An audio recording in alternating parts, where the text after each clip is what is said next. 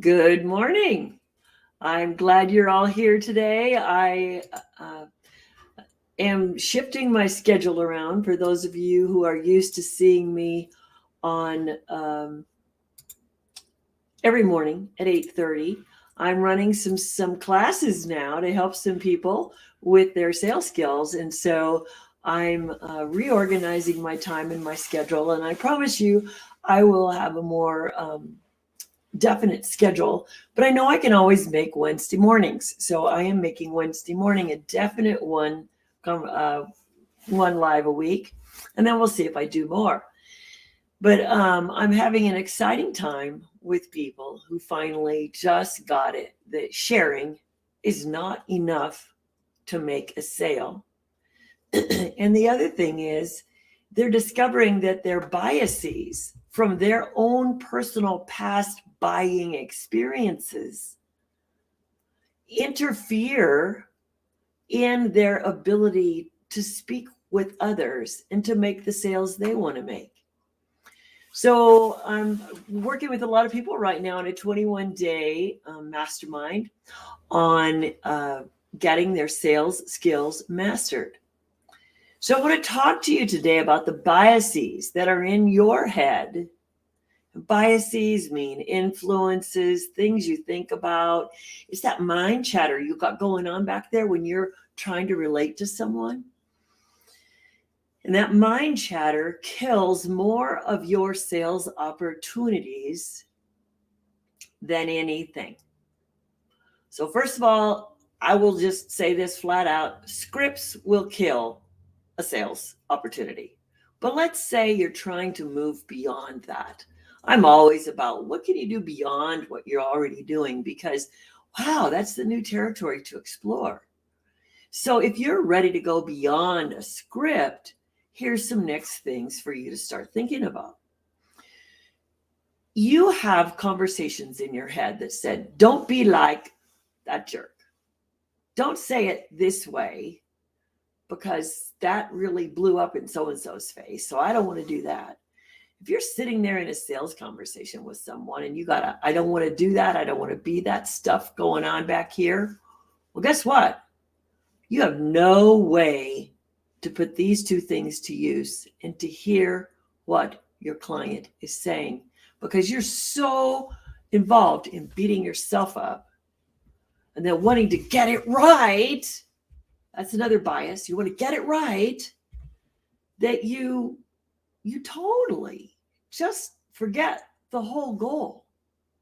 The goal is to build a relationship. The goal is to get to know them. The goal is to see what quandary are they in that you might be able to solve. If you don't have a conversation to figure that out, which doesn't have to take hours and hours, it can take seconds to minutes, then you aren't setting yourself up for success. And I'm all about setting everybody up for success. I've trained what I use in my daily life and business to deal with others is I use this for over 35 years.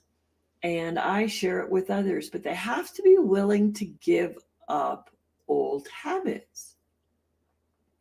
So now you've got a voice. So let's look at this. Here's you wanting to talk to the client. Now you have the other voice called, I don't want to do this. I don't want to do that. I don't want to be like so-and-so. Well, you're two people now in the conversation. Now you got your buyer, and the buyer is coming from their last biases. Their last biases are the last lousy buying experience they had, the last lousy person they met with, the creep that creeped them out, whoever it is. You got 4 people in the conversation, but you might have more people in the conversation. This buyer, potential buyer, who has the voice of the last experiences they had, they have a spouse or a family member or somebody else in their head, in their mind, that they need to satisfy with whatever it is they buy. They need to They need to be able to go home and talk to that person and say, well, I made this decision because I did this. And they don't want this person to get in their space. They just want them to trust them. But they're thinking the whole time that person doesn't trust them to make a good decision. Good morning. And so the fascinating thing is that, God, this is a busy place now. It's not just a one-to-one, but it can be. This is where your job comes in. If you are the salesperson, not the sharer, but the salesperson, you have a responsibility. That responsibility is first, control whatever you're thinking about your behavior. And you have to look back at your past successful experiences with clients and trust that if you did it once, you can do it again. And then there's some other perspectives you need, which are your observation skills have to improve when you want to see when a person is in a quandary about decision making.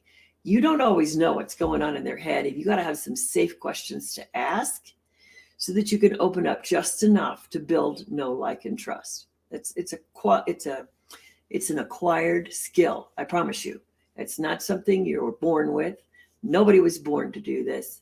It's an acquired skill. It involves a lot of listening, but you can't hear if you don't shut these voices up. Now, you've got your client potential. They have voices.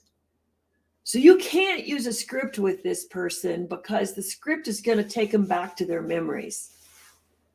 You have to know this person. You have to build rapport. You have to, and there's ways to do that. You have to hear what they don't tell you. You have to hear that what they maybe said is not what they meant. And it's not hard, but it means you have to have curiosity. Curiosity, not of the outrageous kind. Just, oh, wow. How did you come up with that thought? Or what prompted you?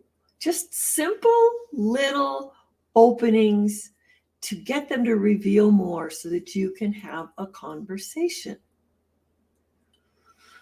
Enough to know what is it that you might be able to solve for them. And there's the operative word, might be able to solve for them. Not everybody, even though people are talking to you, they don't always want a solution. That's another whole topic. We're not going to go there today. So I want you to look at how many nagging voices you bring with you into any sales opportunity. And if you don't know how to get rid of those, that's where I can help you. So I'm helping a group of people now in a 21-day mastermind. I will probably offer it again in February, but it's going to be in a different fashion. And then what I also offer people is I can come in and help you with your whole network marketing team shift their perspective on sales. But don't talk to me if you still want to, if you're going to use the word share. So you might want to work with me first and understand how it is the dynamic can shift. I got some great feedback this morning from someone, and I'm so appreciative.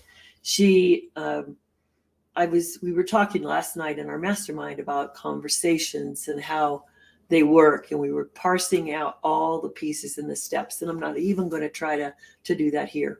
But we started with the conversation in this group about biases. What do you have? What's in the way? And then we also looked at how people love to throw out the comments of money and time to try to control the situation, and how to just work with those, just really discover, around that. And that curiosity is the flavor of any conversation that is going to move you forward with a buying opportunity. So prior to our class last night, she listened into one of her company presentations, and then she listened to me, and she says, oh my gosh, I got so much more out of you. And I said, yeah, it's the intention of those companies you're selling for to always promote a product and to show you how to promote. They're in the promotion and sales business.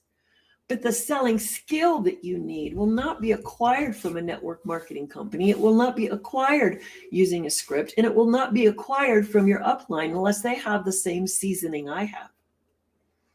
But what I notice is that everybody is sold on the opportunity, but they're not sold like it was a pushy thing.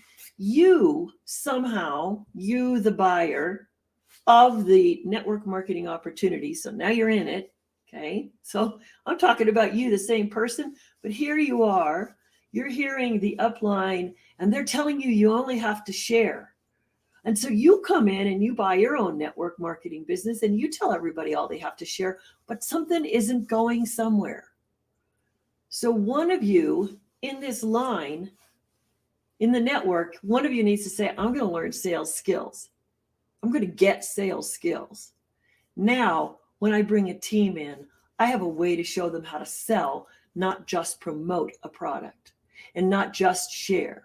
I'm going to help them do business, get a bottom line, get dollars and cash flow coming in.